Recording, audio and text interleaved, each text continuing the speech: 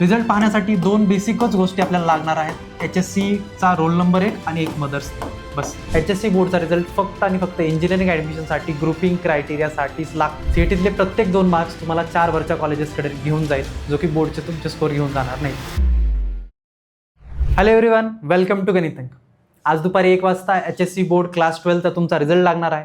So जाणून घेऊयात कोणत्या वेबसाईटवरती आपल्याला पाहायला मिळेल आणि कोणती इन्फॉर्मेशन रिझल्ट पाहण्यासाठी लागणार आहे. आज कॅप्टन नसल्यामुळे मी कुलदीप ही इन्फॉर्मेशन घेऊन तुमच्यासमोर आलेलो आहे.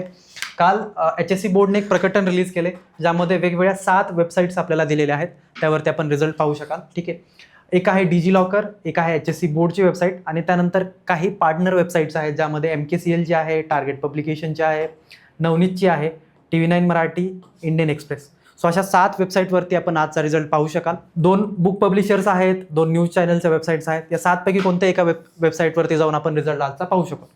रिझल्ट पाहण्यासाठी 2 बेसिकच गोष्टी आपल्याला लागणार आहेत. HSCचा रोल नंबर 1 आणि एक मदर्स नेम. बस. या व्यतिरिक्त काही लागणार नाही. सो 2 गोष्टी या रेडी ठेवा आणि एक वेबसाईट ज्यावरती तुम्ही आजचा रिझल्ट पाहाल. सो वेबसाईटवरती खूप जास्त लोड येतो. सो एक वेबसाईट पॅरेंटच्या फोनवरती ओपन करा, दुसरी वेबसाईट स्वतःच्या फोनवरती ओपन करा, जिथे लोड होईल तिथे रिझल्ट पहा. सो 1 वाजता तुम्ही रिझल्ट पाहाल. त्यानंतर 3-4 पर्यंत तुम्हाला जे काही करायचं असेल, सेलिब्रेट करायचं असेल, खराब आला असेल तर दुःख थोडंसं दाखवायचं असेल पॅरेंट्सला, स्वतःला झालं नसेल तरी पण.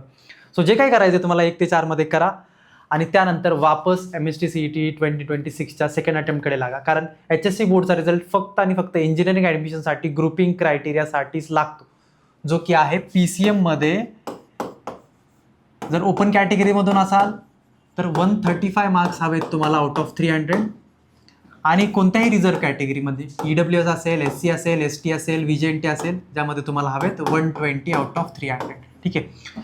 सो एवढा स्कोर आला असेल तुमचा PCMचा तर वेल अँड गुड, तुमचा बोर्ड सार्थकी लागलं, तुमचं बोर्ड झालं आहे. आता क्लोज द्या त्याला आणि त्यानंतर CETच्या प्रिपरेशनकडे वापस लागा, कारण फक्त 10 दिवस बाकी आहेत. बोर्डच्या रिझल्टमुळे त्यावरती इफेक्ट पडू देऊ नका की ॲटलिस्ट मॅथ्समध्ये 80s आल्या पाहिजे होते, मॅथ्समध्ये 90s यायला पाहिजे होते, केमिस्ट्रीमध्ये 70s यायला पाहिजे होते. हे सगळं काही करू नका. जे काही स्कोर असेल, ग्रुपिंग क्रायटेरिया क्लिअर आहे, बस तेवढंच हवं होतं आणि CETच्या प्रिपरेशनकडे वापस लागा. CETतले प्रत्येक 2 मार्क्स तुम्हाला 4 वरच्या कॉलेजेसकडे घेऊन जाईल, जो की बोर्डचे तुमचे स्कोर घेऊन जाणार नाहीत. ठीक आहे. सो सेकंड अटेम्प्टकडे वापस लागा, कारण खूप यात वेळ वाया घालवताल तुम्ही की खराबच आला, पॅरेंट्सच हे म्हणतायत, रिलेटिव्ह हे म्हणतायत. कामाचा नाही बोर्डचा स्कोर एवढा. ग्रुपिंग क्रायटेरिया क्लिअर आहे, दॅट्स इट. ठीक आहे. हा तुमचा जो काही रिझल्ट आला असेल तो आमच्यापर्यंत नक्की शेअर करा. चांगला आला असेल तरी करा, खराब आला असेल तरी करा. आम्हाला जाणून घ्यायला आवडेल की आमच्या स्टुडंटने किती स्कोर केला, कसा केला. ठीक आहे. सो स्कोर जो काही तुम्हाला शेअर करायचा आहे तो गुगल फॉर्म मी पिन कमेंटमध्ये देतोय. तो गुगल फॉर्म तुम्ही फिल करा. त्यात बेसिक तुमची इन्फॉर्मेशन आणि स्कोर तुम्हाला टाकायचा. ठीक आहे.